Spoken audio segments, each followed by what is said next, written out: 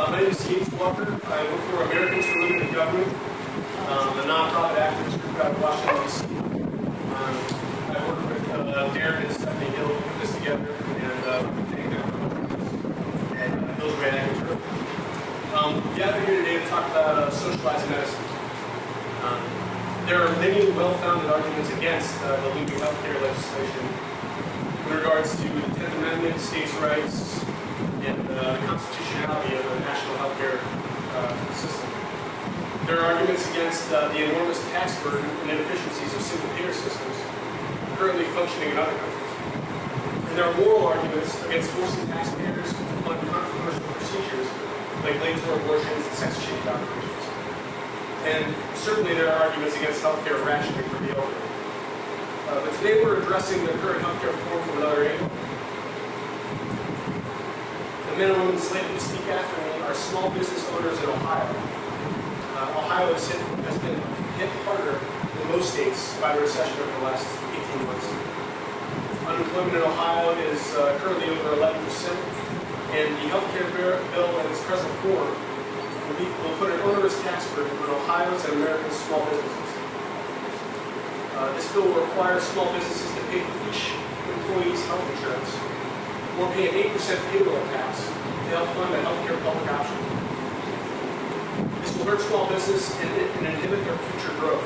But don't take it from me, I'll leave it to the small business owners themselves to explain what this means to them. Before I turn it over, I'd like to remind everyone of one of Barack Obama's campaign pledges. He said that he was only going to tax the rich, and if you earn less than $250,000, you would not see a single dime in tax increase. A lot of small businesses file their taxes as individuals, but a business earning $250,000 a year does not equal a rich individual. So right now I'd like to turn it over to local insurance agent Tom Montgomery. Thank you. Can you hear all right? Hey, Steve. Steve, Tom, please turn that in. unplug that blue cord.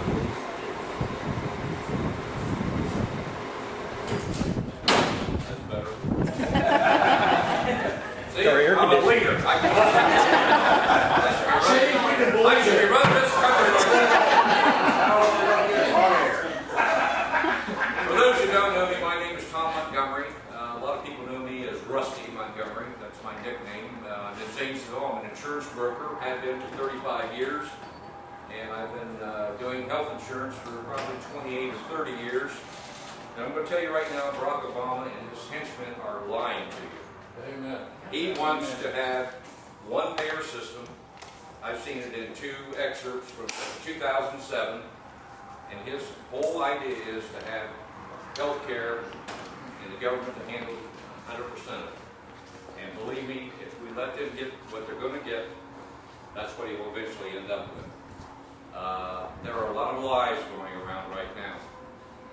You know, I'm sure you've heard some of the people say, well, you know, if you get sick, they drop your insurance, whether you've got a company insurance or individual. I can stand here and honestly say, without lying whatsoever, I've been doing this for 30 years. I've never had one problem. And I've written a lot of health insurance people. I've got a lot of groups. I've had a lot of individuals. I mean, a lot. I've never had one person taken their insurance away from them because of bad health. The only time they ever lost it is because they didn't pay the premiums. They are lying to you. And that's what we've got. That's what we're facing. There are lies all over the place, and unfortunately a lot of people believe them. Call your congressman. I've been doing this for 2 weeks now.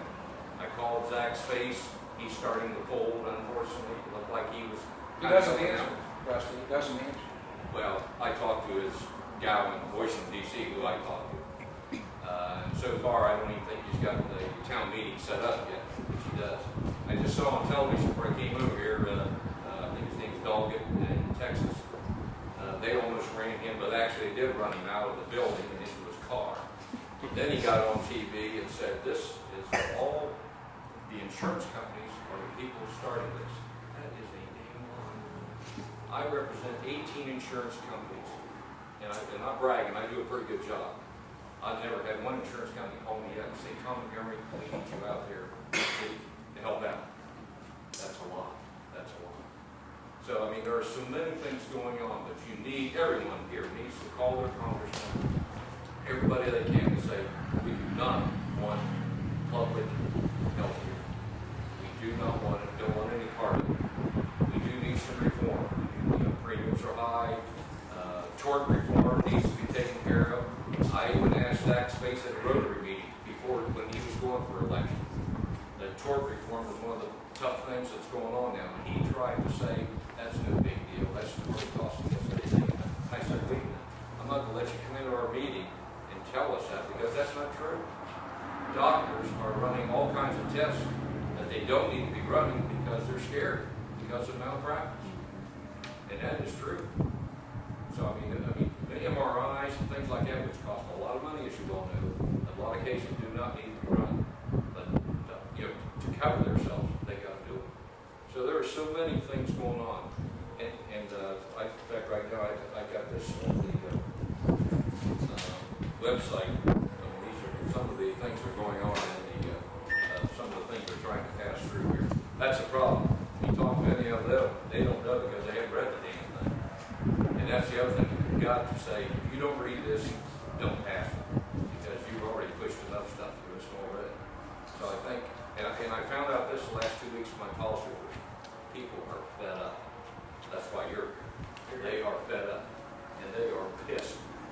Excuse my language, but they are pissed. And it's time to be pissed. Because if we don't fight and let this thing go big, apathy should not be in the equation right now. Apathy should not be in the equation. We have to stand up now, because believe me, if they get this in, it's over. It's over. You'll never get it back. It's gone. Rusty, am I correct in understanding that somebody proposed an amendment to the bill that the congressmen and senators go under the same insurance coverage that they want us to go under, and it was quickly defeated? No, they won't. I think we all should insist on that. If we're going to have national health care, it's for everybody, including Congress. I heard another, I want to say this from Minnesota, where they asked the congressman the same question. His answer was, next question. How pathetic is that? Pathetic. Any questions for me? Well, that's a question I was going to ask you, but he heard that I was going to ask you that. He's always been smarter than you. He has. He really has. Just quicker. Well, you don't even want Is there any way that we can get to find out what their insurance has with it? Because I would love to get it, find out. Because The problem is, I think they have a selection of like 7 to 10 plans, something like that. I mean, it's top notch, of course. All paid for. Yeah, I'd like to But have what I want to do is be I'd able like to to have their insurance, and I'd like to have their retirement. But none of us have that option. Their retirement and their insurance for them only. And that's not right. If it's good enough for you and me and the rest of the people here, it's good enough for them. Right. Because they're supposed to be there representing us, the common people. And I'm as common as you get.